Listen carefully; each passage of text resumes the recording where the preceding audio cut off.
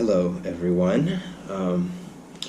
I have finally worked up enough courage to make my first video, so please forgive me if I'm nervous.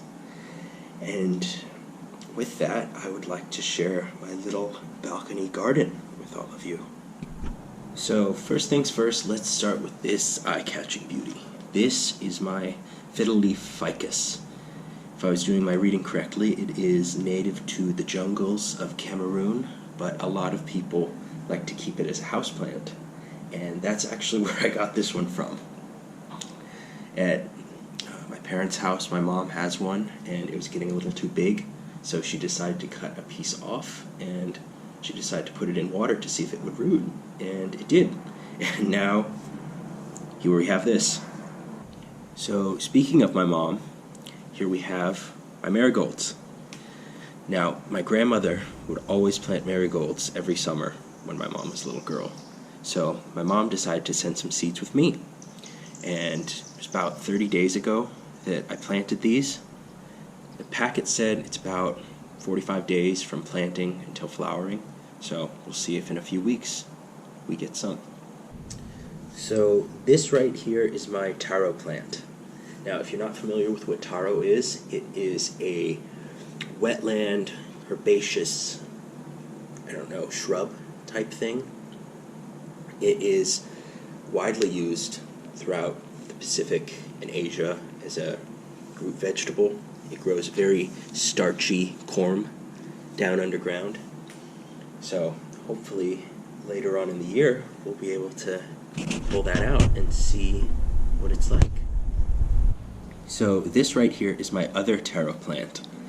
What's different about this one is that it's growing in a pot with no holes in the bottom, so all of the water is retained. I'm doing this because I want to try to simulate its natural wetland environment, see if it does any better than the other one. And not to waste some space, I have a few little sprigs of watercress to see how well that does. So this right here is my sad basil plant that is almost dead. You can see that it has some beautiful little flowers here to try to, create the next generation before it departs from this world. So I'll give updates on that. So here we have my chives. I planted these from seed all the way back in November. So they're not as vigorous as chives planted from bulbs, but they're getting there. Wonder if we're going to get any flowers this year, if we'll have to wait until next year. But they seem to be doing good. They look like they're currently in another growth phase, shedding all their older leaves and putting on newer ones.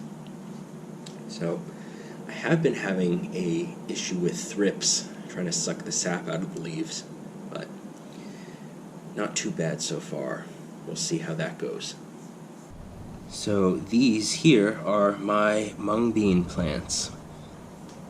I was surprised that all of them actually came up. I think the seeds are about 6 years old, so it's pretty good.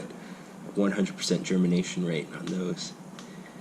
And mung bean sprouts are actually really delicious, so I think I might do a video on how to grow them yourself. So here we have my chili plants. I planted these maybe a month ago.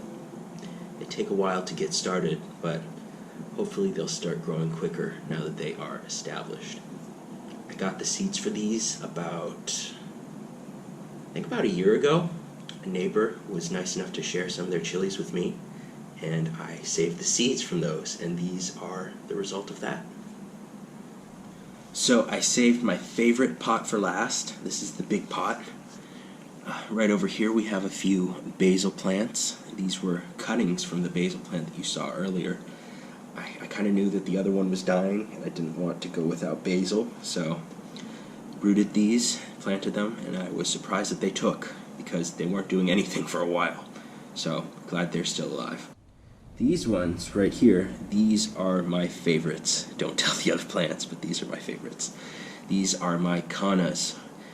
If you haven't heard of a canna, they are native from, I think, about northern Florida all the way down to Argentina.